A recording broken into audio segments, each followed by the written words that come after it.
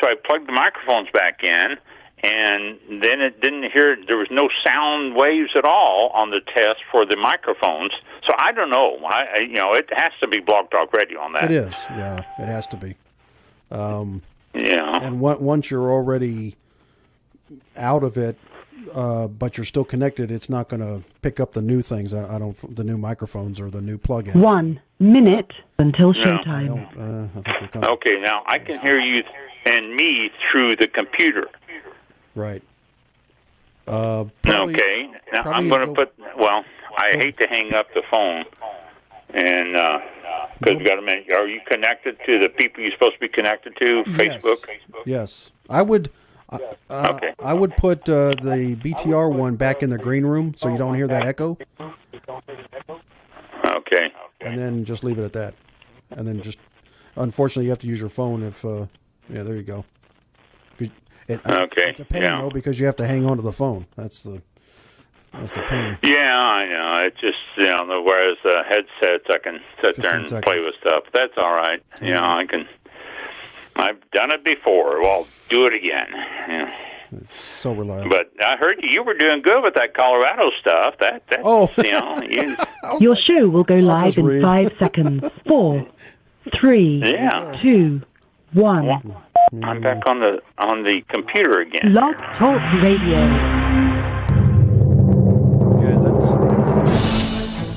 This is All About Wine, the talk show dedicated to the wine industry since 2009.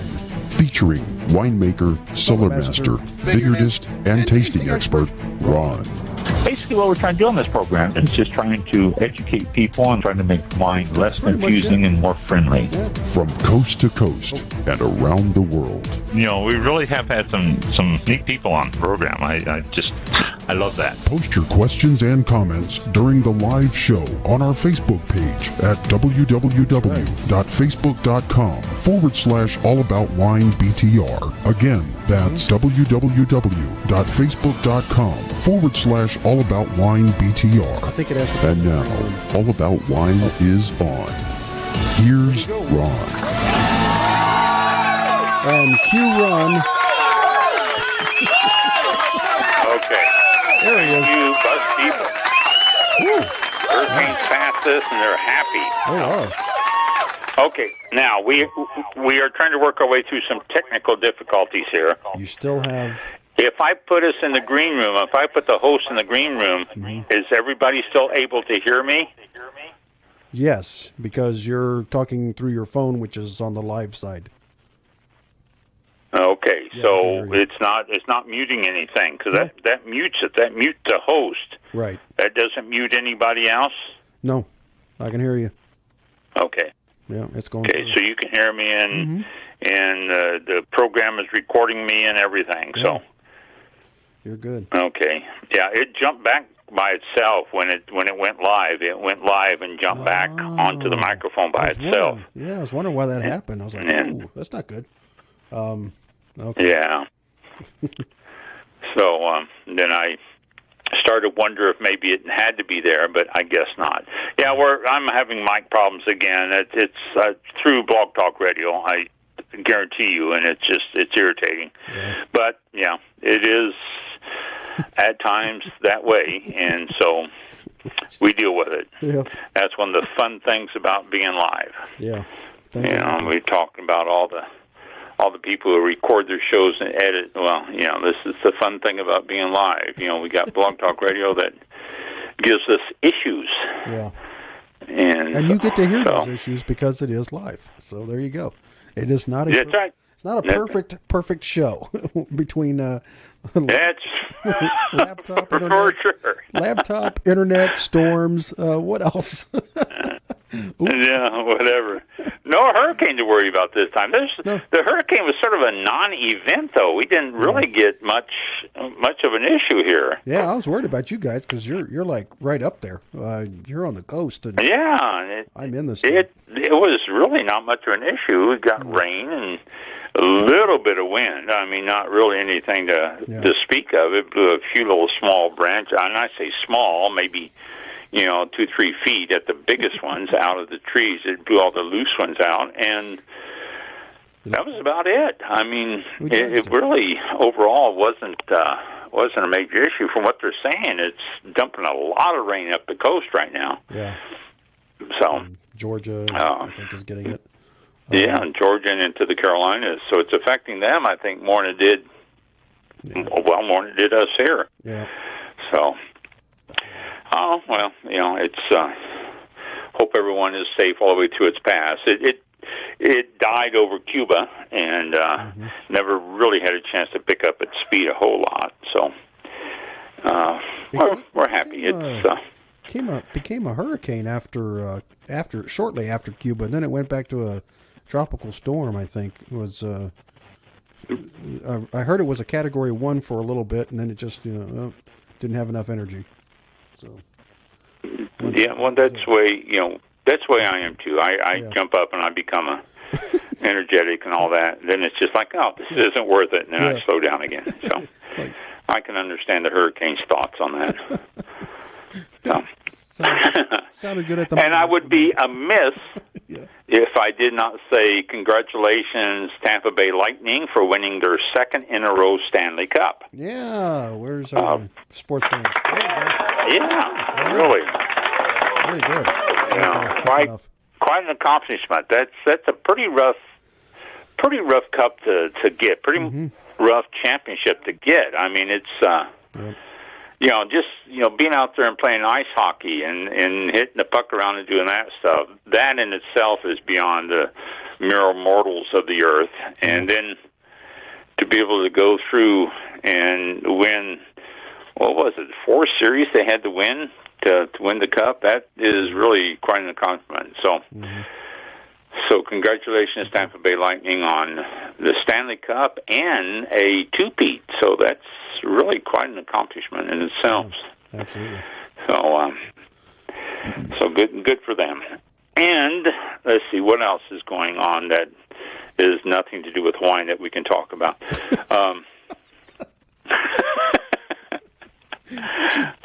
Rename it. All about wine nothing I can and think. More.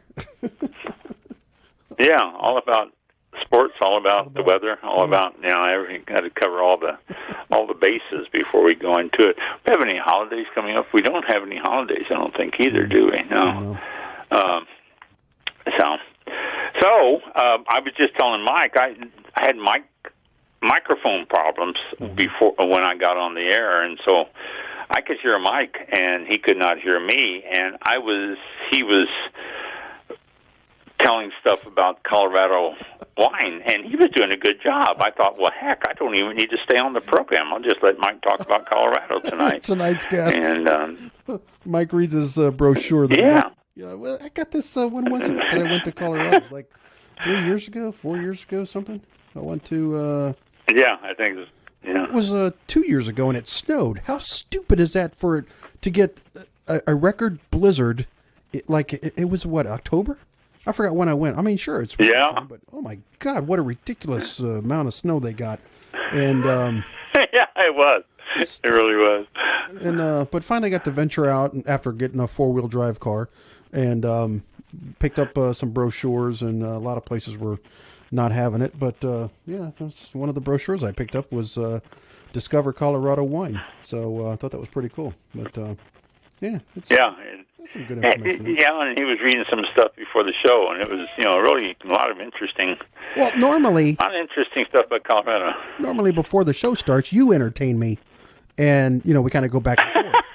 But I couldn't hear you, so I had to do like a monologue, and I was like, I have nothing. Wait a minute. There's Colorado. My next thing, if you hadn't gone on, if you hadn't called in, I was going to recite the stuff that I find on the Boulder Discovery map of Colorado. It's one of those like touristy maps. It's not like a real map. It's just like somebody hand drew it and did some crayon, stuff. And I go, well, heck. The little stick figures. I have that right here. It's pretty cool. But I was going to do that next, but you came on and thank you for that. I now am comforted in the thought that if I am seriously ill and I can't let you know that I'm going to be on, that you can pick up the gauntlet and take it to the finish by talking about stuff like that. If not, I will play the air drums. Well, they can't hear it, but Air drum, and I have my keyboard next to me. We'll play some tunes if nothing else. There you go. But I know that you can pick it up and carry it to the finish. So I'm comforted in that thought that over the years you have been able to just jump in there and improvise very quickly and easily. So, but thank you.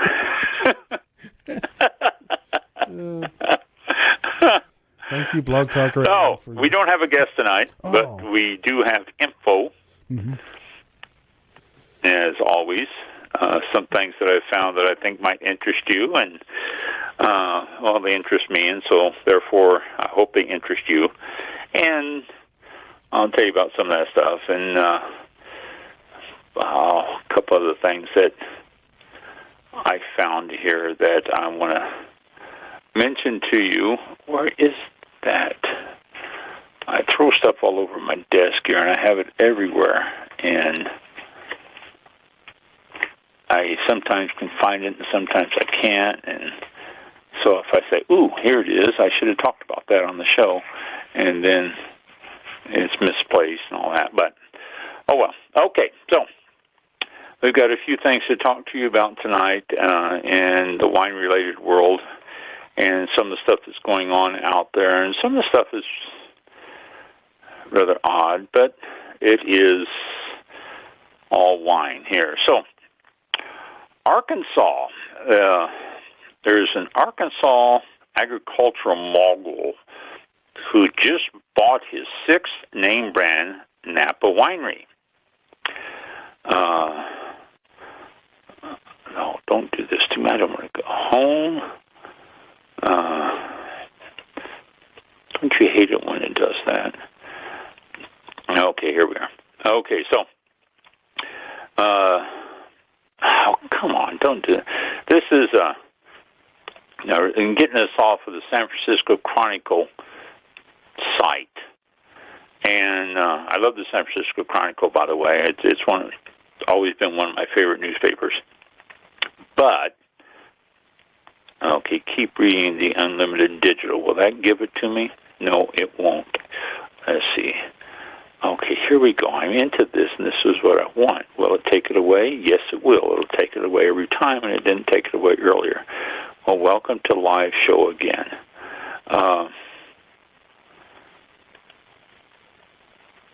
Yeah, keep reading the Unlimited.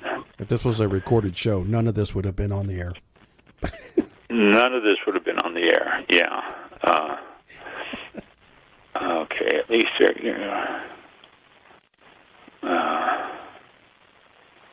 geez. Okay. Well, I'm not going to be able to read this information to you. I was reading it earlier. But a Galen Lawrence Jr. Is the Arkansas agriculture and rancher, who just bought 27-acre property that will be the home for the tasting room for the Burgess Cellars. And that was the main winery that burned in the glass fire last year, if you remember, and he just bought that out. And he has bought others, too. This isn't his first one. He has bought numerous other wineries, 6 total, to be accurate about it. And he's making quite a footprint there. I will find out more about this and get this article up. I had it earlier. Why? Well, maybe it's because I tried to pull up twice in one day. So let me find out more about this, and I will report it to you next week. Hate it when that does that. So, all right. So that is the end of that. Yeah, see, that's one of the fun things about live programs. So, okay. This next one is the California wine industry. This really caught my eye here. California is the biggest state for wine. We all know that. But what we don't know is how really, really big it is. California is the 4th largest wine producer in the world, behind Italy, then France, then Spain, and then California. another thing that surprised me in that statistic right there was Italy is ahead of France, too. Italy produces more than France, but Italy, France, Spain, and California in that order. So it's enormous, and they supply wine to everything. The industry is here. People love going to the wineries. They love relaxing. They love doing everything, and they expect good, decent wine coming out of California because that's what California is noted for. Well, let me not pronounce this wrong. Giuliano family's roots in California go back to 1925, says the current owner of Giuliano Winery. And it's been the centerpiece of their existence for years, and it ties into all the stuff that they've done in the history of the state and the wine and everything else. And he said it's an interesting industry, but it's ever-changing, and the wine industry has always been a strong contributor to the state's economy. And he says he doesn't really see that changing. What makes California the center of the fine wine industry is the U.S. In the U.S. is a combination of climate, soils, devotion of the business, and people following up with it and taking care of stuff. Jones Family Vineyards owner Rick Jones says that despite all the inherent advantages that California has for making great wine, there is also many challenges. COVID closed down restaurants, and that were a big part of the market for consuming California wines. They had to pivot the wineries around to try to find an outlet for wine other than restaurants. Then they had the wildfires, particularly in the North Bay, and that was devastating last year. Estimated cost of the wine industry in 2020 was around $2 billion. $2 billion. Now, let me give you a little quick statistic here, which I saw not too long ago to put it in perspective. 1 million seconds is 11 days. Okay? 1 million. 1 billion seconds is 30.14 years. So when you're talking $2 billion, that's a tremendous amount more than just a few million here or there. And just as a little extra aside here, 1 trillion seconds, and when they start talking about spending $1 trillion on this or that, that's 30,137 years, or 301 and a third plus centuries. That's 1 trillion in seconds. So staggering, really staggering if you think about it that way. But $2 billion in loss in California because of the wildfires last year. The glass fire broke out on the 27th and went through the Jones Vineyard property, and they said they lost about a third of the vines that they were protecting, that while they were protecting the home and the rest of the vines. And all the trade associations, the Wine Institute and Napa Valley Vintners Association, all responded quickly and helped them out. So the policy advocacy group of the Wine Association and Napa Valley Vintners Association has over 1,000 California wineries, and they help on behalf of the industry and everything else. Also bringing stuff before the governor and putting funds in the state budget for the wildfires to try to prevent wildfires. And also, the Wine Institute was instrumental in helping keep the employees safe and helping get shots for all the workers and all the employees, and even to the farm workers, too. They were instrumental in doing that. And it's just a lot of talent, a lot of people in California working to keep California going and all that. And they said everybody has challenges, and they think the wine industry is very resilient and it's going to bounce back.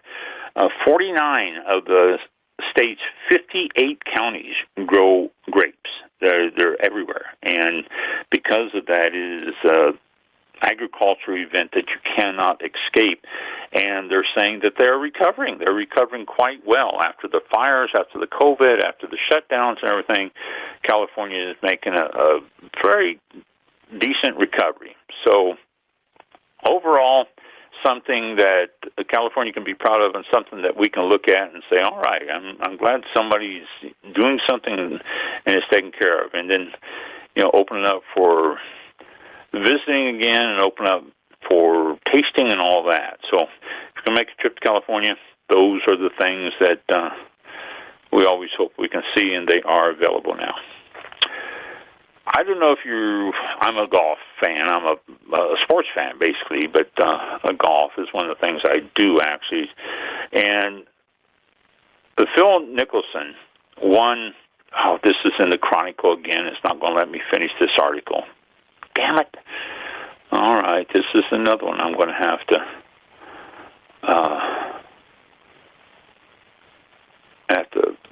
skip over. Actually, there's two of them here that I was going to... And it let me read them earlier. Why is it not letting me read them now? Okay, I'll have to get back to you on that one, too. Let's see if we recorded this. We could have just skipped this. You would never known that did that to me.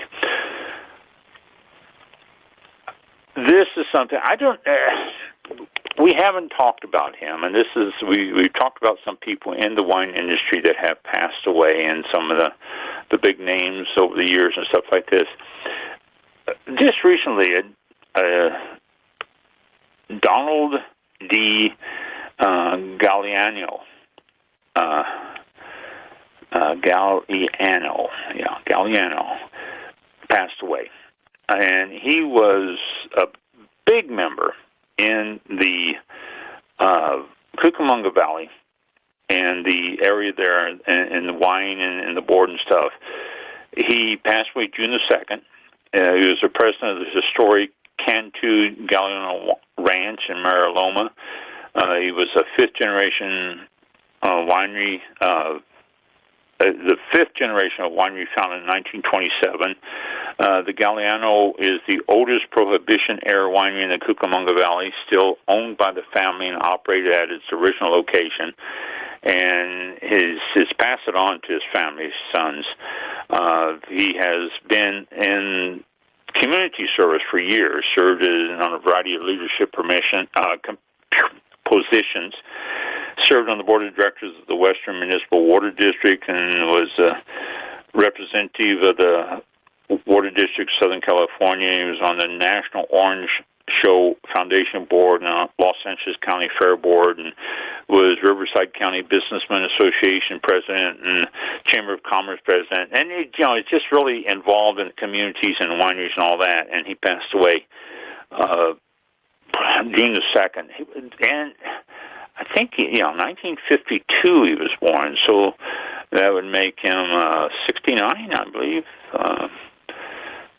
Around 69, depending on what date he was born. And so he will be missed. I would see his name pop up whenever I was reading different articles and stuff about Southern California. He was very involved in a lot of the stuff in Southern California. So I wanted to pass that on to you just because of his presence and the fact that I've seen the name quite a few times before. Okay, now...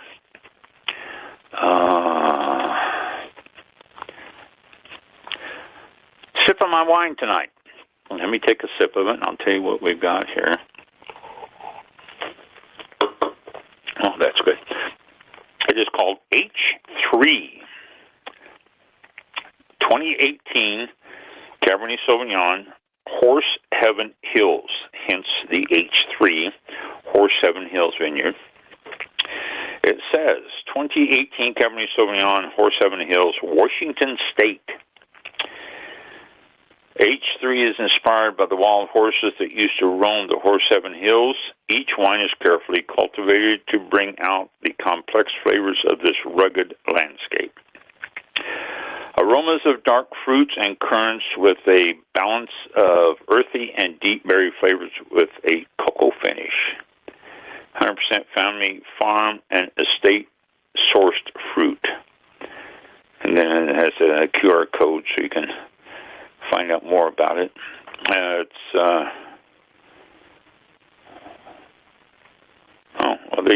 They show more on this label. It's fine print, so let me take a closer look at it. This label says, average analysis per 5 ounce, calories 129, carb 4.3 grams, protein 0 gram, fat 0 gram, less than 1 gram sugar per 5 ounce glass. There you go. They're already starting to put some information labels on some of the wines. We've been talking about that off and on. Here's one that has some of it on it. Not nearly as involved as some people would like and some people suggest, but it is a start, I guess. This is good. I do get the dark fruit. It definitely dark fruit. I'm getting more dark cherries, black cherry, than I am currants. Definitely a dark berry type aroma and taste to it. I'm not getting a cocoa finish, and the engineer didn't get the cocoa finish either. She mentioned that she wasn't getting that, but she's picking up the dark fruits and the berries. A little bit of tannins, not a lot, but just enough to make it really good, because I like that little bit of tannin, which probably age for another 2 or 3 years if you really want to, but I like that balance of tannins, so it's good now. It doesn't have a whole lot of acid, which is really nice. A lot of times you get wines anymore that seem like the acid is the predominant note, but it's not in this. This one is really this subtle amount of acid in the back that doesn't overpower anything. It lingers well. It's got a good, strong aftertaste. It is really, overall, a very good wine. Very dark color. If you see it, H3. That's what's predominant on the bottle. I think this was a $16 bottle, $16, $17 bottle. I'm not sure. Right around there. So if you see it, pick it up. It's worth the cost. It's great. This would go great with some of your barbecues this summer. If you're looking at getting something that's heavy meats and stuff that you're throwing on the grill, ribs, or any steaks, obviously, I think this would balance out well. It's not overpowering in the tannins, and I think it'll give you a nice meat wine type balance back and forth there. But H3, 2018 Cabernet. I guess 2018 is the vintage that's out now on this. I didn't see any others, so that's the only one. But that is my wine this evening, which means I need to take another sip.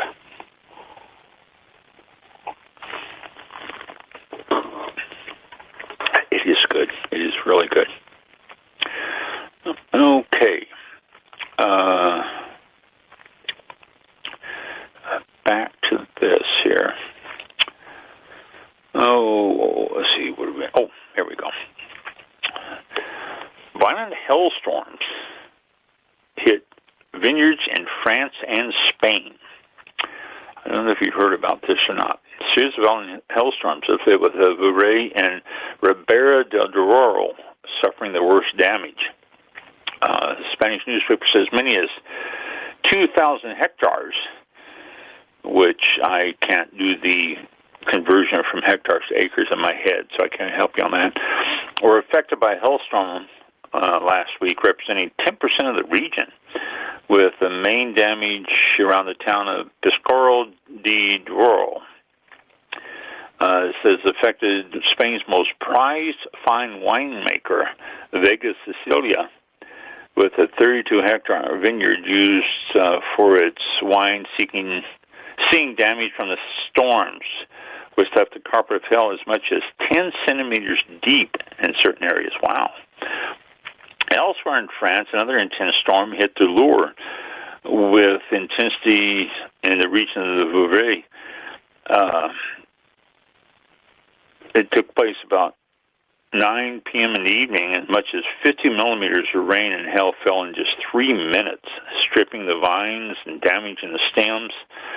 And basically localized, but it was a devastating effect on it. The springtime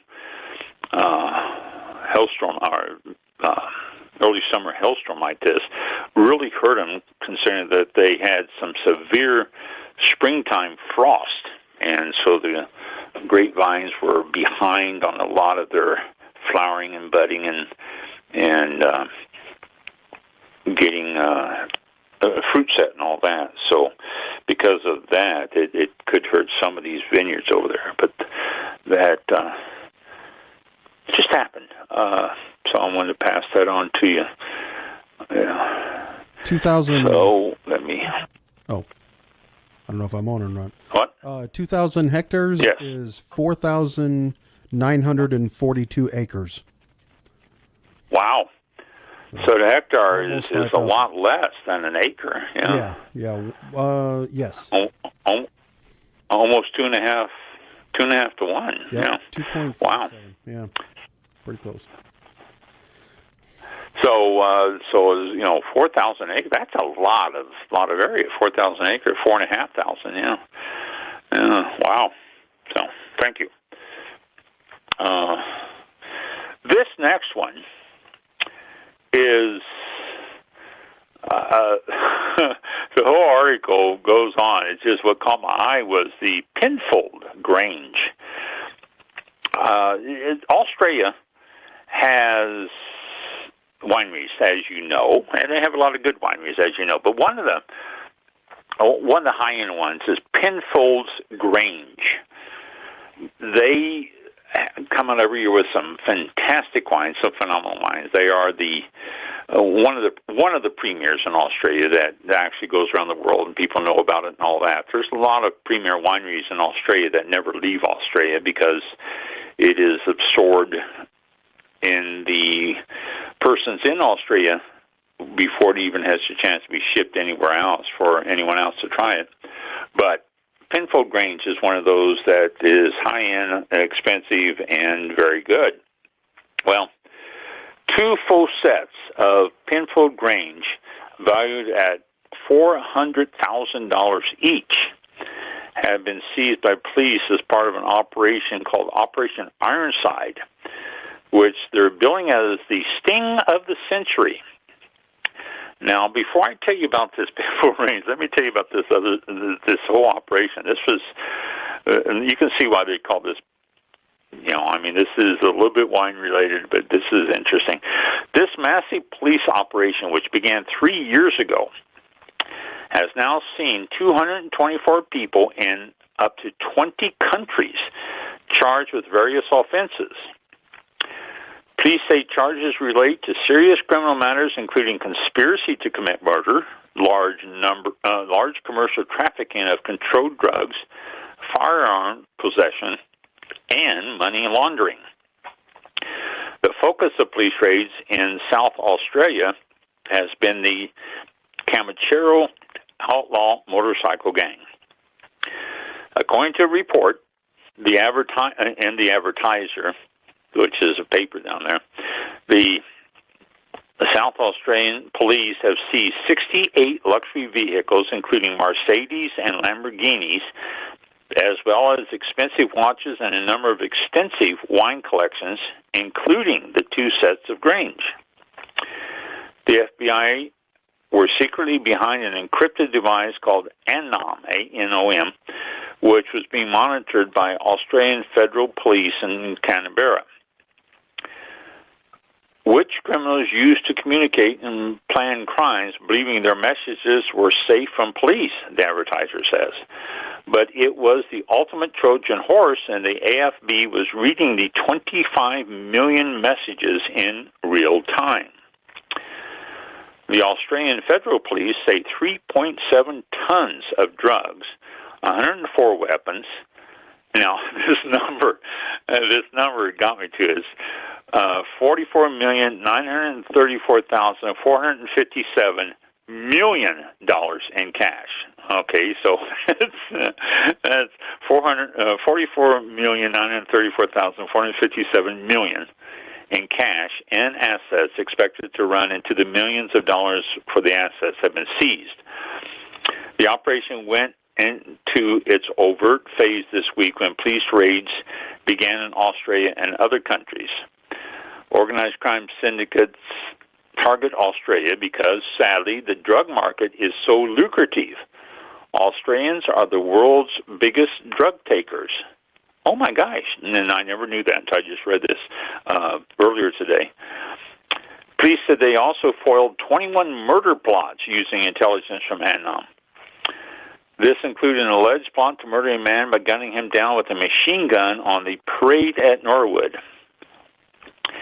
If the two sets of grains are truly complete, with the original 51 included, they would be worth more than $400,000 on recent auction form. In December last year, a Sydney wine lover paid $430,000 for a set of grains. The incredibly rare set of 64 bottles included all vintages of grains from 1951 to 2015, which I think 2016 is out now, or I don't think they released a 17. A Pinfold Grange set is a wine collector's ultimate dream, said Langton's head of auctions, Tamara Grisley. It has been estimated that there are only around 30 complete Pinfold Grange sets in existence in the world, making them incredibly rare. The previous auction record was set in December 2019 when a set of Pinfold Grange sold for $372,800. At the Barossa wine auction held in April, an Imperial of Pinfold's bin 95 Grange, an Imperial is a big bottle, Grange 2016 sold for $58,250. That includes the buyer's premium. So I just what a no wonder they're calling it the sting of the century. Just the bottles alone, the wine bottles alone that they found is amazing. But you know, they included a lot of other wine and everything else. So it's just astonishing. Not to mention all the other stuff that was involved with that sting. So starting in 2018, they just finished it up just recently, just a couple of weeks ago, about a month ago now. About a month ago. Just an amazing thing. Saw something here which I thought was interesting too. Vineyard designation. In France, vineyard designation has been really common in France. The Grand Cru designations was established in 1855. This was at the Exposition Universelle after the Emperor Napoleon III asked each of the wine regions in France to establish a classification. And so the Grand Cru became the highest classification of wine. And it can refer to either the plot of land in which the grapes are grown or the chateau in which the wine is made. And we've talked about Grand Cru before. It might be fun to talk about it again soon here, because this is really interesting, the wineries that are involved with it and the designation, how they came about and all that. But in Burgundy, Alsace, Champagne, Languedoc, and the Loire, Grand Cru refers to land. In Bordeaux, Grand Cru refers to the chateau. Now, the closest thing in California, and actually the closest thing we have anywhere near in the United States, is the AVA, or the American Viticultural Area Designation. And that was launched in 1980. Good 140 years, well, not quite, 125 years after the French came up with theirs.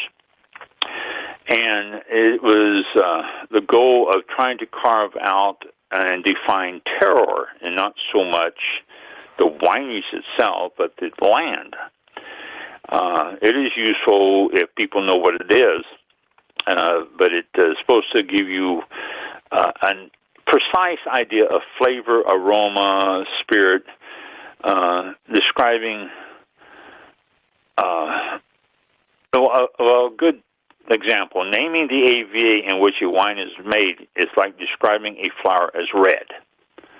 Okay, this was made in Napa AVA, so that shows the flower's red. Naming a Grand Cru is like describing it as crimson or vermilion. It just gives you just such a precise description, whereas it's rather general. AVAs here in the United States are rather general. The real Grand Cru is carved in stone, obviously. To be truly noticed and understood, the Grand Crus are cherished by wine enthusiasts. They're the ones that look at the Grand Crus. They're the ones that, they don't say this is a 1951 Chateau Montelena Rothschild. They say this is the Grand Cru, what it is. So it becomes. But the vineyards that seem to pop up on the most highly rated bottles with ever-increasing frequency is the ones that the people are looking for. Well, California's looking for that too. All right, they are looking at increasing their certain wineries. I shouldn't say California. I should say certain wineries are increasing it. It's not appreciated how extraordinary and rare some of these vineyards are, says James Hall, who is a winemaker and founder of Sonoma's Pats and Hall. They specialize in single vineyard Chardonnay and Pinot Noir. Now, we have talked to people who have vineyards who specialize in one or two grapes, and that's it. And that's what they do, and it's quite specific in what they're trying to do and what they're trying to come up with. James Hall continues, when people talk about Grand Cru wines from Burgundy, they're talking about less than 5% of the wines made there, which I don't think people understand that. They've been studying these places for hundreds of years. California is just getting started, and not nearly as many truly great vineyards in the New World as people think. But there are ones that are somewhat mysterious and magical, ones that can produce wines with emotional impact. These are the ones that they're looking for to try to make them a more of a designation, a Grand Cru type designation. It says, while California is unlikely to ever formally recognize these rock star vineyards, that doesn't mean that it can't be done on an informal basis a little bit more. And they want to understand the phenomenon and everything else. So the article goes on and starts talking about the fruit. It starts talking about usually the small vineyards and the small amount of grapes that are produced, and the vines that are on their own roots, which is extremely rare in California because of phylloxera. So these grapes are in great demand. Now, I don't know, that's always surprised me, if I may editorialize for a moment here. Why would it make so much difference? Because the root system is just a feeding system to the vines, but they are really in a premium if you can find grapes that are on the original rootstock, because the phylloxera gets into the original rootstock of the Vitis vinifera. They really need to be planted in or grafted into American roots, and if they're not, phylloxera could invade them very quickly, very easily. But it is something that comes at a premium in California. If you can find farming of original rootstock, then it becomes very special. And I don't know if it would make a difference in the grape taste or not. I tend to think no, but maybe I'm wrong. So they're looking at doing more of getting a designation in California of, well, actually, a few people are. It's, what is it, James Hall and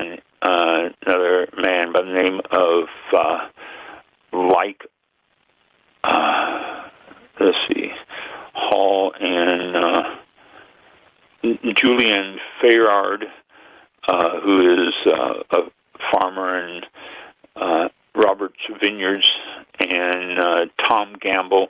These are people who are looking at doing a type of Grand Cru type designation. They are all small estate wineries. They all have distinct growing areas. They all have very limited productions of what they do, usually Cabernet, Pinot Noir, Chardonnay.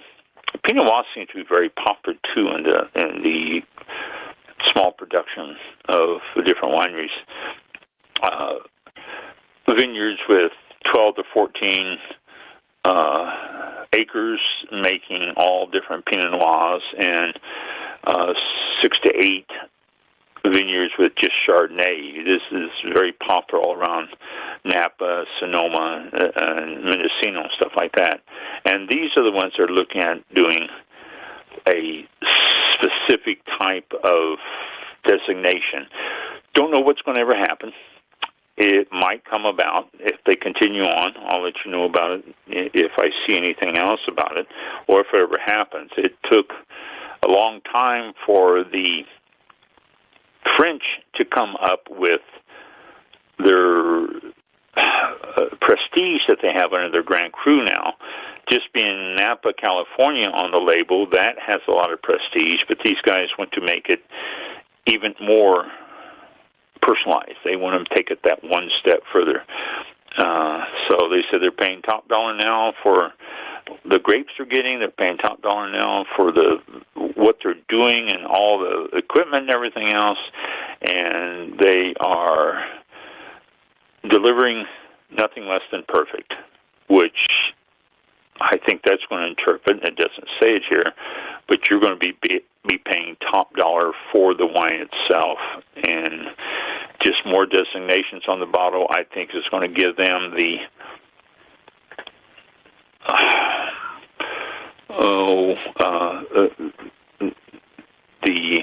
license to charge you more and feel that it is okay to do that. So there you go. That's just something that's going to be happening out there.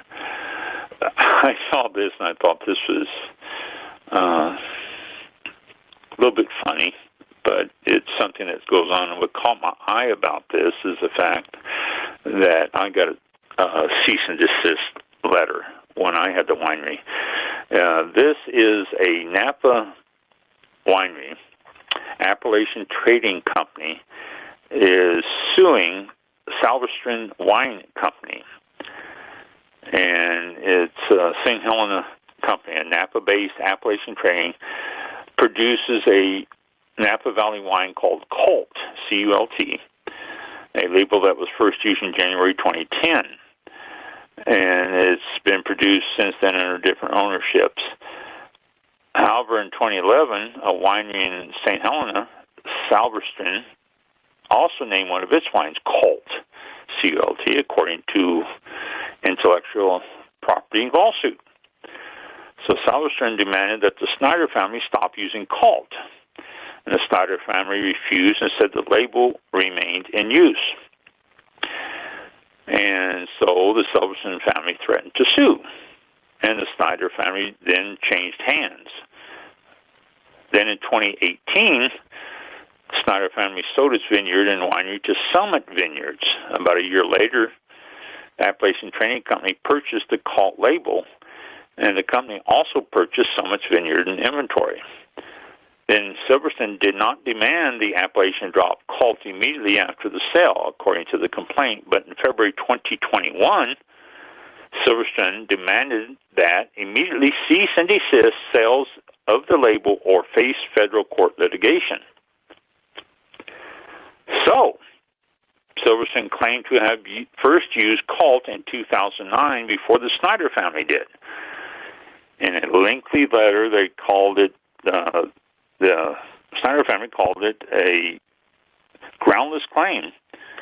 And then a trademark litigator based in Silicon Valley sent a second letter on behalf of Silverstone reiterating the demand that Appalachian stop using Cult and threatened to take it to court. Again, Appellation provided a lengthy response explaining it did not, and it would not stop using Cult. So, the Appellation Trading Company argues that they did not receive that Silverstone did not receive a cola label for Cult until July 2011, which that is really the important part of it too. That cola level, the labeling. Appellation Trading also argued that Silverstone allegedly knew that it had substantially exclusive use of the name Cult when it applied for the trademark. And so more litigation is expected, and the lawyers are trading letters and trading insults. And last week, Appellation Trading Company principal reached out to Silverstone and confirmed it intended to sue over Cult, according to the complaint. Now, that's how this stuff works. It's ridiculous. It goes on and on and on. And the only people who make a lot of money is the lawyers, and just to stop the label. I don't think people are going to be confused. And the reason I wanted to read this to you is because Florida State's Winery, we were using the plantation as our main label. We had a plantation red, a plantation white, a plantation spice, a plantation blush, and Casa del Sol labels were some of them. But plantation was our basis. This because of the Florida Estates Winery, and it was like a plantation, and this was the thing. And it was simple. We're not up anymore. I was going to say go check it out, but the site has been down for some time, obviously. But this was the thing. Well, I received a letter back in 2012 or 13 that stated it was from a West Virginia, I think, a West Virginia winery that from a lawyer from West Virginia winery that stated that I need to cease and desist using plantation blush because they use it. And I thought, this is ridiculous. Why? I need to cease and desist because they're using it also. I'm not shipping to West Virginia. They're not shipping to Florida that I knew of. And yet, I guess somebody had been here and they got a bottle and they took it back up there and they saw it and they go, well, wait a minute, they can't use the same label as us. So they took it to the lawyer. And the lawyer sent me a letter, cease and desist. So I wrote them back and I said, I got my cola on this in 2001. When did you get yours? Well, the cola means that I was registered with the, TTB, Tobacco and Trade Bureau, and that's when it was first okayed. And I said, when did you get yours? And I never heard from them again. That was the end of my cease and desist order. And I did not cease and desist. And I didn't tell them I wanted them to cease and desist because I thought it was all frivolous. But this is what goes on. I'm sure I was just one example there, and I'm sure it bounces around and goes on around the country all the time. But this just reminded me of some of that. It's just, I'm the big boy, I want this label. No, I'm the big boy, I want this label, and you can't play with my, I don't think people are going to get confused. Now, maybe Napa and Sonoma, since they are right across the street from each other, well, not literally, but I mean over the hill. One of them's in St. Helena and the other was in Napa. I guess that could be an issue because they're both right there, and that might be an issue with both of them. But a lot of these around the country that do this stuff, I think, are just sort of, just so the lawyers can have something to do and make more money. And that's my opinion of it. So, let's see. Let me see. And then I've got a few more here for you. Naked Wines. Yeah, I'm sure you've seen those. They're advertised everywhere. They have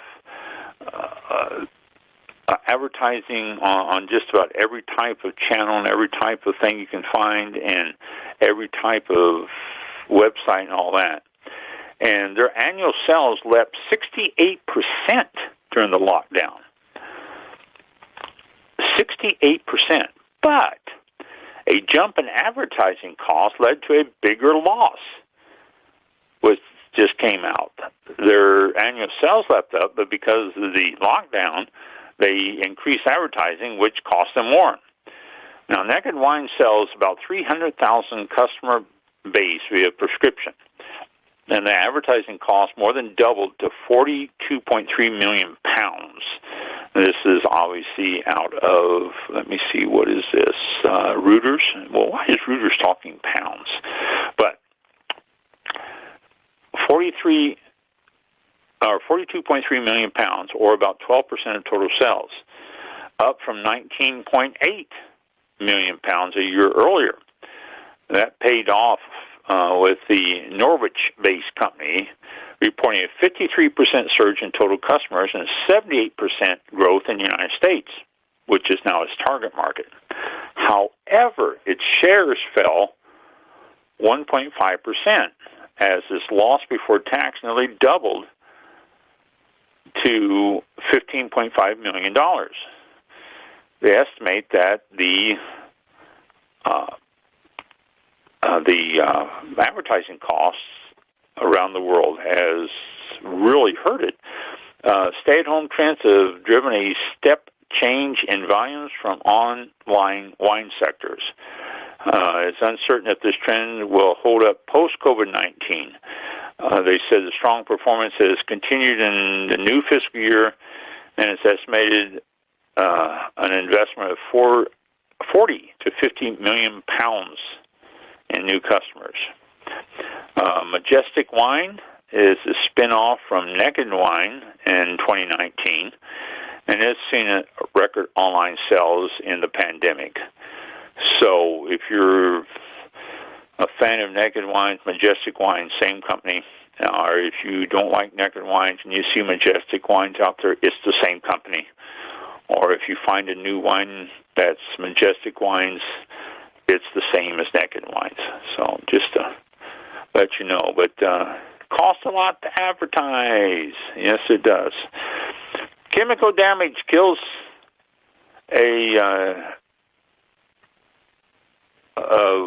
vineyards.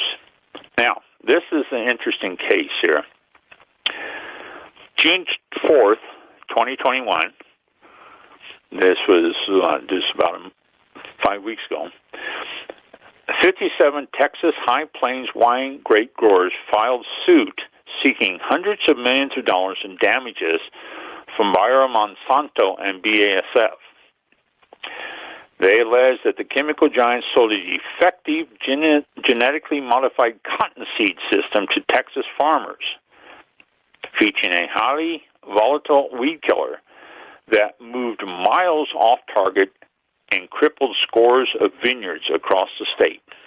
Now, there you go. This has been a thing that you have to worry about whenever you spray any chemicals. This is why there's been lawsuits in France, Spain, Italy, Germany. I can probably go back and find documented lawsuits for this type of thing in every wine region in the world and everywhere in this country. This happens. Whenever you have any spraying, it drifts. And whenever you're doing spraying in your own vineyard, you have to be careful for drifts. And if your vineyard is around something else, you have to be careful for drifts. Well, this one was a little bit different. This was genetically modified cotton seeds that contained a very volatile weed killer. And this drifted and got into the vineyards. The suit says that in recent years, the volatilizing dicamba applied to genetically modified cotton crops have damaged up to 95% of the productive grapevines on dozens of family-owned and operated vineyards covering 3,000 acres near Lubbock. That's in Texas, obviously.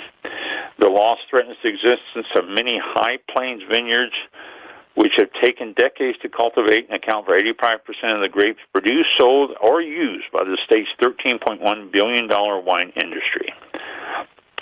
So this is without doubt a serious thing or a serious charge. He said evidence shows Monsanto knew as early as 2009, years before the C system was released, that dicamba is highly volatile under hot and dry conditions, turning into a gas that travels miles to wreak havoc on vulnerable broadleaf crops such as grapes and other fruits. Yet, it lured by the prospect of billions in profit, the company joined forces with BASF in 2010 to develop and eventually market X10 seed system, in which seeds are genetically modified to survive applications of dicamba-based weed killer. And so, because of that, they planted it anyway, they sold it anyway, and now they are seeking damage. In February of 2020, a Missouri jury awarded $265 million in damages caused by the dicamba drift to one peach orchard, which was eventually reduced to $75 million. But buyer Monsanto struck a $400 million settlement to settle other suits followed by other.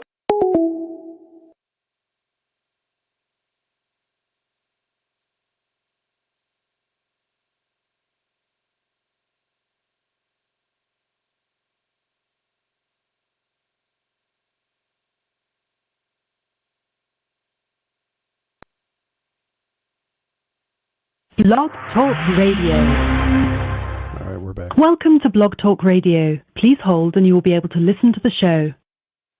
Texas, and it's the first I've read about it, it's not clear whether the Texas wine industry can survive it. Unmuted. Some vineyards have experienced a 90% reduction in their grape harvest, which brings in more than $2,500 a ton.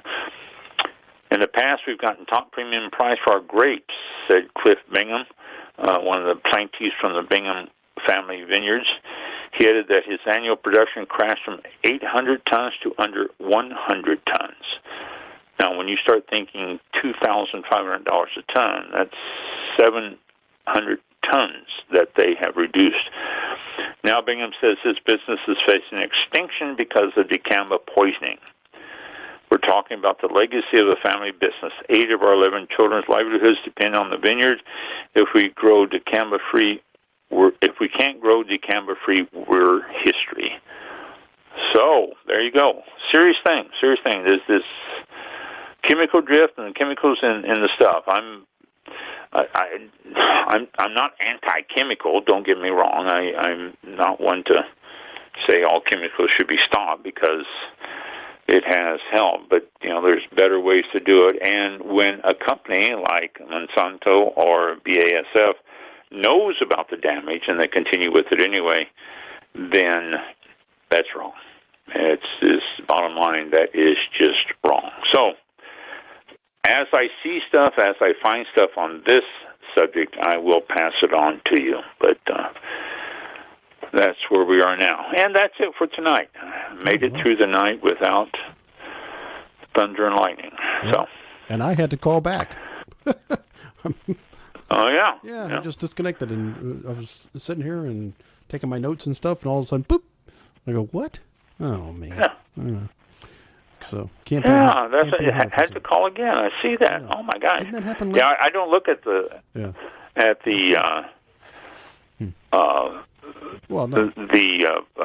studio page. Right. When I'm doing the show because I'm always finding and looking at articles and stuff. Right. But yeah, I see where you disappeared and came back. Okay. Well, here we are. Yeah. So thanks, Blog Talk Radio. Thank you so much. Yeah. Well, that could be Google Voice. I don't know, but it's easier to blame. Yeah. It's easier to blame Blog Talk Radio on this one. Yeah, it is. Well, since I couldn't get through on the microphones or on the headsets, and we'll blame Blog Talk Radio. Yeah. Well, I do believe that's Blog Talk Radio doing it. You were talking about California, the fourth largest wine producer in the world, and the others that you mentioned, the first 3, those are countries, and you're talking about a state in the U.S. is fourth behind all those 3 countries. I'm like, countries. I was like, that's Yes. Oh, I know. That shocked me too when I read that. And and I wonder those three countries must really produce, because when you add the rest of the United States into it, I still don't think we're number one. Yeah. But still, they're behind. Only, I mean, a state is behind three other countries. I know, it's just amazing. Well, 43 out of 57 counties grow grapes. Wow. And it's phenomenal. I don't even know if they're counting the raisin grapes in that either. I think those might just be wine grapes. I don't know. I thought that was funny. I was like, wow. I know. It's sort of staggering. It really was sort of staggering. Yeah. But also, on the news articles tonight, that was the Pinfold Granger set. Yeah. $400,000 for a Pinfold Granger from 51 to 2018. Yeah. It's a lot of wine, but oh my gosh. I mean, and when you get that, you wonder, okay, is this been kept? I mean, they confiscated 2 complete sets, but did those crooks know what they were doing, or did they just do it because they thought it was something good to steal, and they just do it in a warehouse in a box or something? It makes you wonder about that too. So, well, I don't know. Remember that show on Netflix I was telling you about? If you get a chance, watch it. I think it's called Rotten. And they had one on wine and all of the almost, I guess, criminal activity that's going on out there. And if anybody get a chance to, and it's definitely worth the watch. But I just couldn't believe it. I'm thinking, they're so nice, and they come on here. Well, those are the ones that come on here. But then you have that other side. Like the one that you're talking about, and it's like there's something going on some of these. Yeah. But they mentioned. It's amazing the amount of fraud going on out there. I mean, I see stuff all the time, and we hear about so and so was caught, or they discovered these Pinfold collections and stuff like that. Yeah. But there is lots and lots of others that not quite that large, not quite that complex. Yeah. That's going on constantly, that's making people a few $1,000s a month that they're under the radar, and it's still going on. And like you say, that Netflix show, I started watching, and then we had a thunder event, and it went off, and I didn't finish it. Yeah. It's just... there's so many little small ones going on that it's frightening out there, which you may be stuck with when you go out and buy bottles from a non-reputable dealer, or even your local liquor store. Some of them are filtered through liquor stores and stuff. So, not cool. Not cool. That was interesting. Well, we will go ahead and end the show for tonight on July the 8th, and we'll be back on the 15th, which is next Thursday, live, not recorded. We'll be back at 7 p.m. Eastern Time.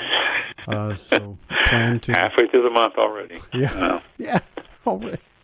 And we'll see you all. Thank you all for tuning in, and be safe, and you keep drinking the wine, and we'll all come back here next Thursday and enjoy another All About Wine with Ron. Woohoo! And hey, thanks for listening. Have a good week. Thank you. Be safe. Thank you. This is like my first day. I can't find the video thing. Oh, there it is. Can't find the button? Here we go. Play it. Oh, good. Play. This concludes tonight's broadcast of All About Wine with your host, Ron. For show information, links to All About Wine on Twitter and Facebook, or to be a guest on this show, visit the show website at www.allaboutwinebtr.com. Archived shows are available for download on iTunes or on our show page at blogtalkradio.com/allaboutwine. Thank you for listening. Drink responsibly, and we'll see you next time on All About Wine.